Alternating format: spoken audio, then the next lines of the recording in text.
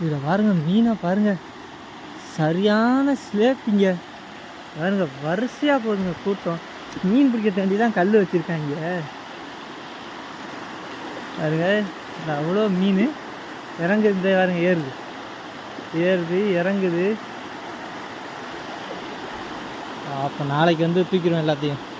கொசு வலை இருக்குது, நாளைக்கு வந்து பிடிச்சிடலாம் மீனெல்லாம். இந்த பாருங்க போகுது. இந்த இடத்துல கூட்டமாக தெரியுதுங்க மீனெல்லாம். முரட்டு சிலேப்பிங்க எல்லாம்